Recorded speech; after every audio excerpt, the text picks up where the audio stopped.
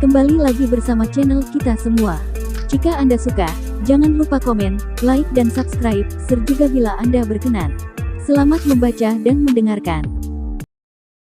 Perintah Kaisar Naga, Bab 4466-4471. Kamu berbicara omong kosong, kalian berdua saja yang tidur bersama. Violet berkata dengan marah. Nona Zhu, aku bukan jeruk makan jeruk. Kata Dev terdiam beberapa saat. Violet tiba-tiba merasa bahwa dia telah mengatakan hal yang salah dan melirik ke arah Dev dengan ekspresi malu di wajahnya. Kemudian dia menatap ke arah Cohen dan berkata, jangan gunakan pikiran kotormu untuk melihat orang lain. Kami berdua tidak bersalah. Ketika kata-kata yang diucapkan dengan polos itu keluar, Violet sedikit tersipu. Bagaimanapun juga, kata-kata polos itu sepertinya tidak benar. Dev telah melihatnya telanjang, apakah ini masih dianggap tidak bersalah? Haha, lihat dirimu, kamu menjadi terkenal setelah berlatih. Siapa yang akan percaya dengan apa yang kamu katakan? Saat kamu di Sekte 10.000 Pedang, kamu berpura-pura menjadi orang suci, tapi siapa yang tahu kamu adalah wanita murahan? Cohen mengejek Violet. Aku benar-benar tidak menyangka adik perempuan menjadi orang seperti ini. Jika aku mengetahuinya lebih awal, aku akan mencobanya di Sekte 10.000 Pedang. Adik perempuannya berkulit putih, cantik, dan berkaki jenjang. Aku pernah mengintipnya saat dia sedang mandi. Saudara-saudara lainnya juga menyerang Violet secara pribadi. Hal ini membuat tubuh halus Zhu Qing bergetar. Adik perempuan, tolong serahkan slip giok rahasia, dan aku akan segera pergi. Jika kamu masih ingin berada di Sekte 10.000 Pedang, aku juga bisa memberimu posisi penatua. Jika kamu menolak, maka jangan salahkan aku karena bersikap kasar. Kalian berdua tidak hanya akan mati, aku juga akan membiarkan adik-adik junior ini merasakan kecantikanmu. Dan ada banyak adik laki-laki yang rakus terhadap tubuhmu. Kamu harus memikirkannya sendiri. Cohen mulai mengancam Violet dengan hal semacam ini, yang sangat tidak tahu malu. Cohen, kamu bukan manusia. Violet tidak tahan setelah mendengarkan kata-kata Cohen. Pedang panjang di tangannya diarahkan langsung ke Cohen. Tapi Cohen tidak takut sama sekali, dan berkata dengan ekspresi jijik, adik perempuan, apakah kamu masih ingin bertarung denganku? Percaya atau tidak, aku bisa membuatmu melepas semua pakaianmu dalam 3 gerakan. Kamu. Wajah Violet dipenuhi amarah, tetapi dia tahu bahwa Cohen benar. Kekuatannya tidak sebanding dengan Cohen. Jika dia benar-benar mengambil tindakan, Cohen mungkin benar-benar melepas pakaiannya. Tetapi jika dia tidak mengambil tindakan dan membiarkan Cohen menghinanya, Violet akan tetap marah. Saat ini, Violet merasa sangat tidak berdaya. Dia tidak bisa mengalahkannya, dia hanya bisa memarahinya. Nona Zhu, serahkan kakak-kakak senior yang tak tahu malu ini padaku. Dev berdiri di depan Violet, pedang pembunuh naga di tangannya sedikit gemetar. Orang-orang ini sangat tidak tahu malu sehingga Dev tidak tahan lagi. Dia belum pernah melihat orang yang tidak tahu malu seperti itu. Melihat Dev hendak mengambil tindakan, Cohen tersenyum menghina dan berkata, kamu adalah biksu tingkat 7 di alam kesengsaraan transendensi dan kamu masih ingin menjadi pahlawan dan menyelamatkan kecantikan. Kamu bahkan tidak tahu apa sebenarnya kebajikan untuk dirimu sendiri. Kebajikan macam apa aku ini, kamu akan tahu jika kamu mencobanya. Aura Dev mulai memenuhi udara. Kalian, karena kalian sedang mencari kematian, kalian tidak bisa menyalahkanku, tapi aku tidak pernah membunuh orang tak dikenal, jadi datang dan sebutkan namamu. Cohen sangat teliti dan meminta Dev untuk melaporkan nama keluarganya. Dev Chen. Dev mengucapkan 2 kata dengan tenang. Bang. Begitu kata, Dev Chen, keluar dari mulutnya, pedang di tangan beberapa saudara junior di belakang Cohen jatuh ke tanah dengan suara yang tajam. Cohen sendiri terhuyung dan hampir jatuh ke tanah, menatap Dev dengan tidak percaya.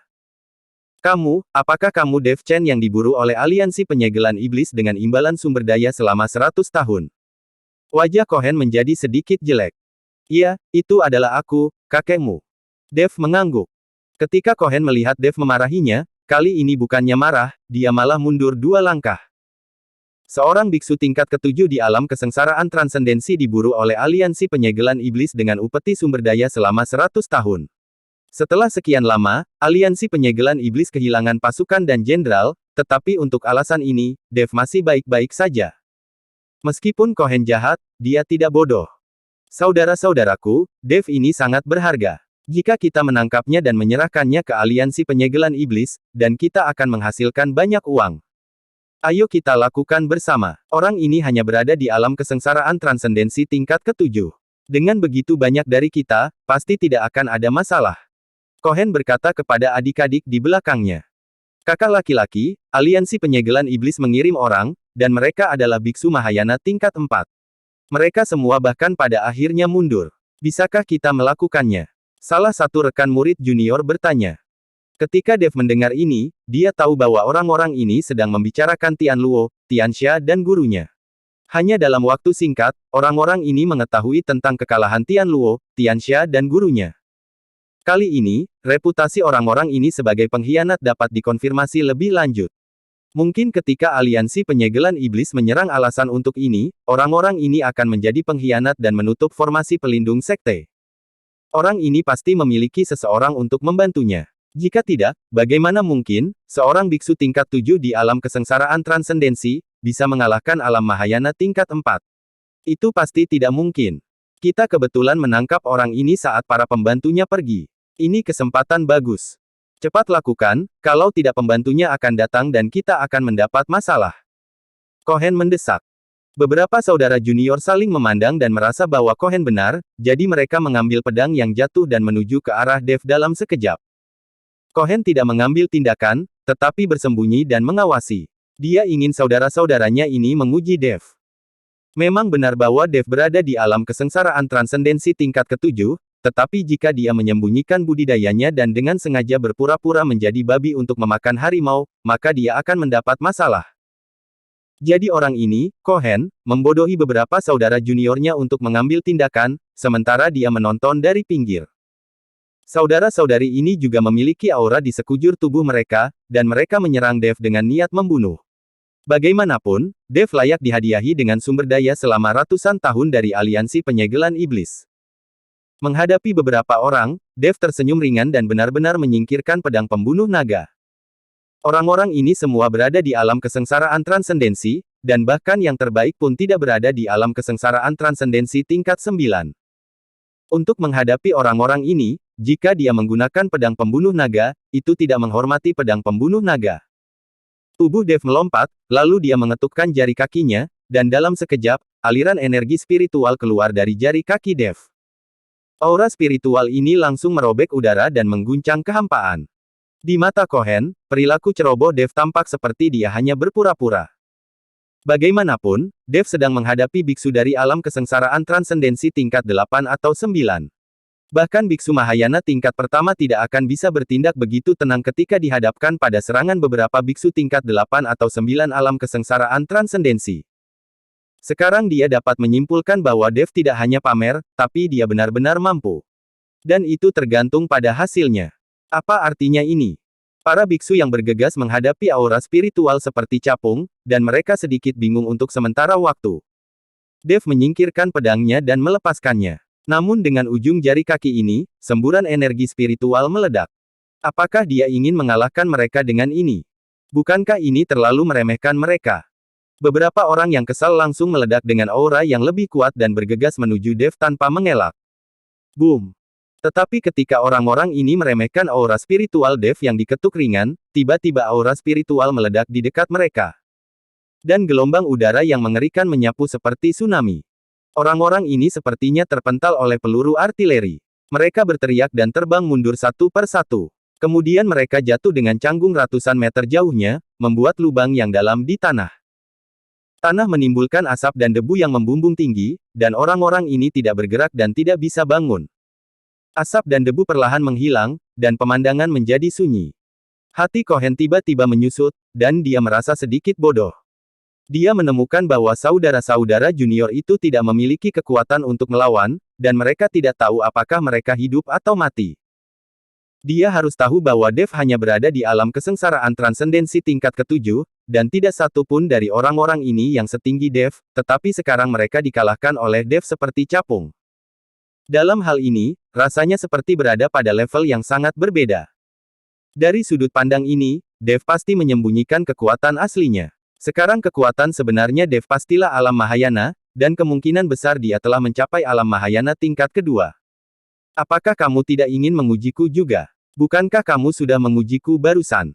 Dev memandang Cohen sambil mencibir dan berkata. Aku tidak menyangka kamu benar-benar menyembunyikan kekuatanmu, tapi menurutku kamu hanya berada di alam Mahayana tingkat kedua, dan kamu setara denganku. Jadi kamu tidak perlu terlalu sombong. Cohen mendengus dingin, membalikkan tangannya, dan menemukan pedang panjang berwarna merah di tangannya. Setelah Cohen mengeluarkan pedang panjangnya, aura di tubuhnya tiba-tiba berubah. Aura di sekujur tubuhnya seperti lubang hitam yang suram, memberikan perasaan yang tak terduga kepada orang-orang. Itu bukan pedang yang berasal dari Sekte 10.000 Pedang. Dari mana asal pedang jahatmu? Valet melihat pedang panjang di tangan Cohen dan langsung bertanya dengan keras. Tidak mungkin pedang panjang yang dikenakan oleh Sekte 10.000 Pedang mereka terlihat seperti ini. Dev juga sedikit menyipitkan matanya dan melihat pedang merah di tangan Cohen. Dia merasakan aura pedang merah itu mirip dengan aura pedang berdarah di tangan Tian Luo. Dia tahu bahwa Tian Luo adalah seorang pembudidaya iblis, dan Cohen ini adalah murid senior dari Sekte 10.000 Pedang. Bagaimana pedang panjang yang mereka gunakan bisa serupa? Pedangnya kemungkinan besar adalah hadiah dari aliansi penyegelan iblis. Kamu harus tahu bahwa ada terlalu banyak hal untuk para pembudidaya iblis di aliansi penyegel iblis. Sepertinya kakak laki-lakimu telah menjadi anjing dari aliansi penyegelan iblis. Jika ini masalahnya, tidak mengherankan jika Sekte 10.000 Pedangmu dihancurkan oleh aliansi penyegelan iblis. Dev berkata pada Valet. Setelah mendengar ini, Valet memandang Cohen dengan marah dan bertanya, Cohen, apakah itu benar? Apakah kamu benar-benar mengkhianati sekte kita? Apakah kamu benar-benar menjadi anjing dari aliansi penyegelan iblis? Apakah kamu telah menyakiti guru dan seluruh sekte kita? Valet sangat bersemangat, memegang pedang panjang di tangannya, dan matanya dipenuhi amarah. Adik perempuan, jangan bicara omong kosong, dan jangan dengarkan rumor orang lain.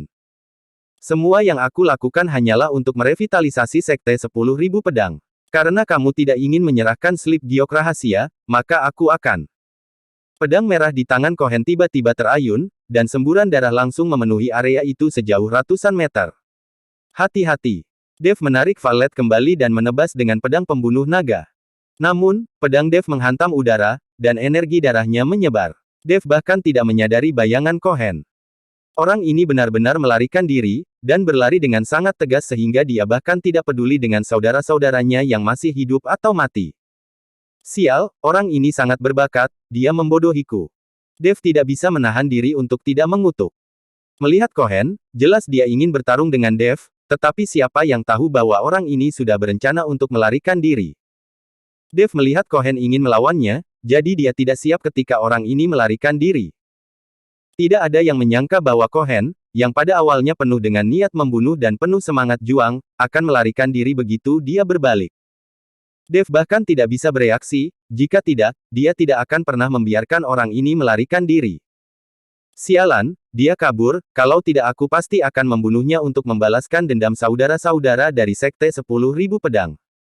Melihat Cohen melarikan diri, Valet mengertakkan gigi dan berkata, biarkan dia lari, aku pikir dia akan menemukanmu cepat atau lambat. Lagi pula, kamu masih memiliki slip giok rahasia bersamamu. Dia tidak memiliki slip giok rahasia, dan dia tidak memiliki cara untuk mengendalikan Sekte 10.000 Pedang.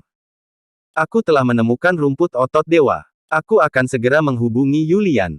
Kita bisa kembali. Dev berkata pada Valet. Valet mengangguk. Dev memanggil Yulian kembali dengan slip giok suara, dan kemudian mereka bertiga bergegas ke kota Zujia dengan sebuah pesawat. Setelah tiba di kota Zujia, Dev tidak beristirahat, tetapi menggunakan rumput otot dewa untuk memurnikan obat pil. Hanya butuh 1 hari untuk memurnikan pil itu, dan setelah Valet meminumnya, luka bakar di wajahnya secara ajaib menghilang. Ini membuat Valet berterima kasih kepada Dev. Bagi seorang wanita, penampilannya sama dengan hidupnya. Fidel membawa 2 anak perempuan Valet dan Valentina bersamanya, dan menjamu mereka dengan keramahan yang luar biasa. Tuan Chen, kedua anak perempuanku diselamatkan olehmu. Saya benar-benar tidak tahu bagaimana harus berterima kasih. Petik 2. Kami di kota Zujia tidak memiliki sumber daya yang berharga, tetapi nenek moyang kami mewariskan sebotol darah spiritual. Dikatakan bahwa itu adalah darah naga yang tersimpan di dalamnya. Saya bersedia memberikan hal ini kepada Tuan Chen. Seperti yang dikatakan Fidel, dia mengeluarkan roh putih dan menyerahkannya kepadanya. Dev memegang botol di tangannya, dia langsung merasakan aura yang menyengat datang di wajahnya. Aura ini sangat garang, tapi itu membuat Dev merasakan sedikit keakraban. Kesadaran ilahi memasuki roh, dan menemukan bahwa di dalam darah di dalam botol itu, ada hantu naga yang berenang terus-menerus. Mata Dev sedikit menyipit, dia tampak sedikit terkejut. Tuan Kotazu, apakah darah naga ini benar-benar diturunkan dari nenek moyangmu? Dev bertanya dengan rasa ingin tahu. Tentu saja, jika sekarang, dengan kekuatan Kotazu Jiaku, jangankan mengumpulkan darah naga, bahkan monster biasa pun akan sulit untuk dihadapi. Tuan Chen, apakah darah naga ini palsu? Fidel juga tidak mengerti, dia hanya tahu bahwa itu diwariskan dari leluhurnya, dan dia tidak mengerti apakah itu benar atau salah. Itu tidak benar. Saya hanya berpikir naga ini pasti sangat kuat. Dengan kekuatan kota Zujia. Dev tidak terus berbicara, lagi pula, kota Zujia sekarang sangat lemah. Tidak ada alam Mahayana di seluruh kota Zujia. Jika Valet tidak dikirim ke Sekte 10.000 Pedang, mustahil untuk mencapai alam Mahayana. Hei, sebenarnya, kota Zujia kami mengalami masa-masa indah ribuan tahun yang lalu, tetapi setelah perang para dewa dan iblis, kota Zujia saya menurun, dan sekarang semakin parah. Fidel menghela nafas pelan dan berkata. Setelah Dev mendengar ini, dia buru-buru mengikuti Fidel untuk menebus kesalahan, dan keduanya minum dengan bebas. Dev hanya minum sampai larut malam, dan kemudian dia kembali ke kamar yang telah disiapkan untuk dirinya sendiri. Tepat ketika Dev hendak berbaring, pintu kamar tiba-tiba terbuka dan Valet, mengenakan gaun putih, masuk. Wajah Valet sembuh, wajahnya yang lembut serasi dengan sosoknya yang cantik dan kulitnya yang putih, dan dia memang cantik sekali. Cahaya bulan menyinari ruangan dan mengenai tubuh Valet. Gaun putih Valet, di bawah sinar rembulan, ternyata sangat tembus cahaya. Dev baru saja melihat dan tercengang. Karena dari gaun putih tembus pandang, Dev menemukan bahwa Valet tidak mengenakan hal lain. Bahkan jika dia telah melihat Valet tanpa pakaian, perasaan kabur saat ini membuat darahnya mengalir deras. Tuan Chen, Anda telah banyak membantu saya, dan saya tidak punya apa-apa untuk membalas Anda. Saya harap Anda bisa puas malam ini. Seperti yang dikatakan Valet, dia benar-benar berinisiatif untuk menerkam Dev. Lalu dia melempar Dev dengan keras dan menekannya ke bawah tubuhnya. Nona Zhu, tidak, aku bukan orang seperti itu, dan aku tidak membutuhkan tubuhmu untuk menebusnya karena aku berbuat baik padamu. Dev mendorong Valet menjauh. Tuan Chen, saya melakukannya dengan sukarela, jadi Anda tidak perlu berada di bawah tekanan. Valet terus mendekati Dev. Nona Zhu, kamu benar-benar tidak bisa. Dev terus mundur. Tapi tidak ada jalan untuk kembali. Valet menjatuhkan dirinya lagi, dan kemudian memeluknya erat-erat, berniat untuk bertindak lebih jauh. Dev mencium aroma wanita di tubuh Valet, dia juga sedikit bingung. Tanyakan pada pria mana yang bisa menahan godaan ini. Tapi saat Dev hendak melepas celananya, tiba-tiba sebuah suara terdengar. Dev, bajingan, kamu berjanji untuk menjadi priaku, tapi sekarang kamu bermain-main dengan wanita lain. Karena kamu, aku dihukum oleh ayahku dan memikirkannya selama 10 tahun. Kamu membuatku sedih. Suara Kelly benar-benar terdengar di telinga Dev. Dev menggoyangkan tubuhnya, dia buru-buru mendorong Valet pergi, lalu bergegas keluar ruangan. Nona Zhu, saya benar-benar tidak bisa. Saya tidak ingin Anda salah paham. Aku menyelamatkanmu bukan untuk tidur denganmu. Kamu bisa istirahat lebih awal, aku ingin mencari tempat untuk memulihkan kekuatan spiritualku, dan membantumu menyempurnakan alkimia untuk membuatku kehilangan banyak hal. Setelah berbicara, sosok Dev benar-benar menghilang. Melihat Dev menghilang, Valet tercengang. Dia tidak mengerti, bagaimana bisa Dev menolak permintaannya. Apakah dia tidak cukup cantik?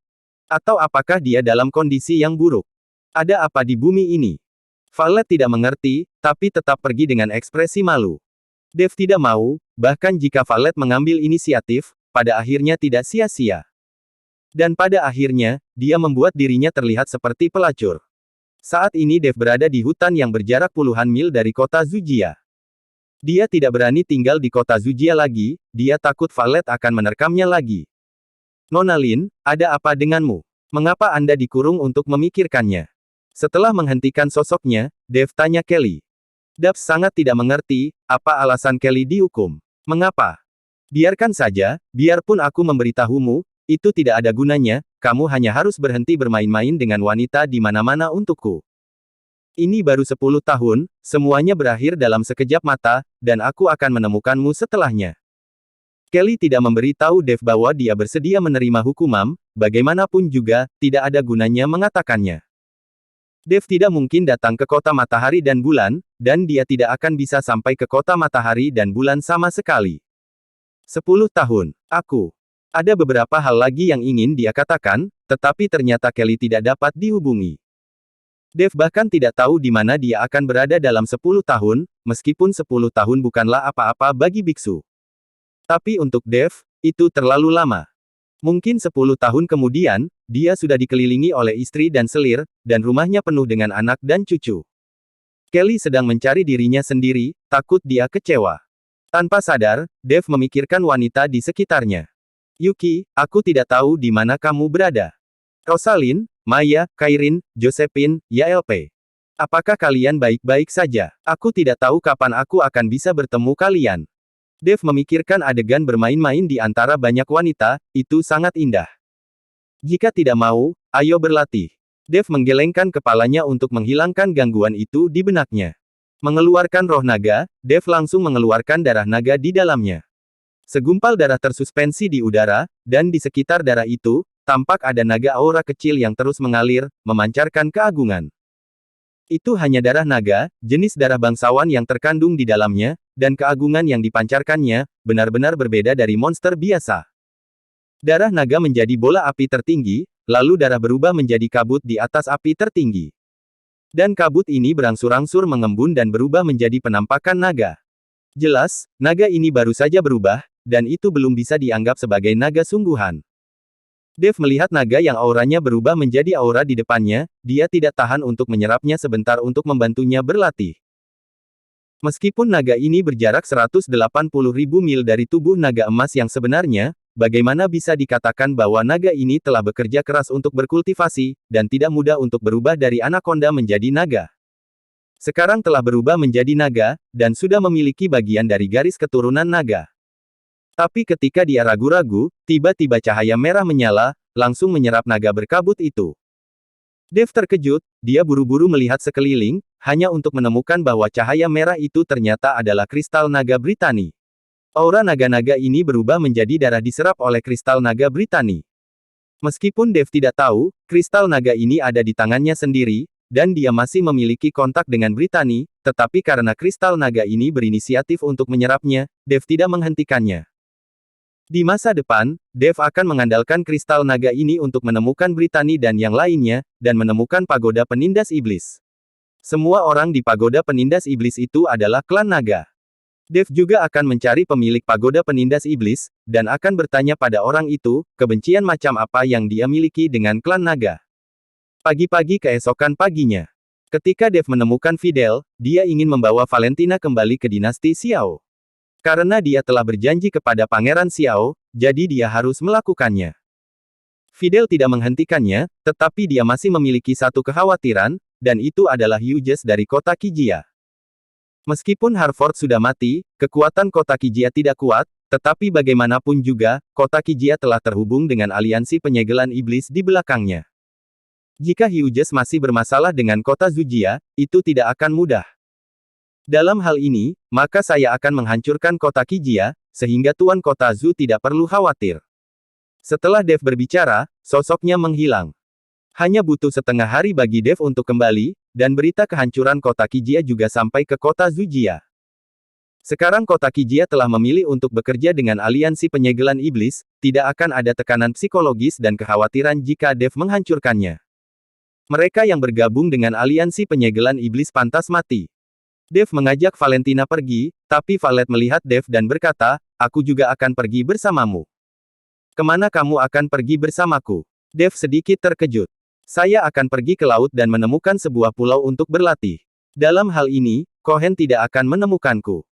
Kamu pasti tahu, Cohen pasti tidak akan menyerah selama aku masih membawa slip giok rahasia, dan ini akan membawa bencana bagi kota Zujia. Valet berkata.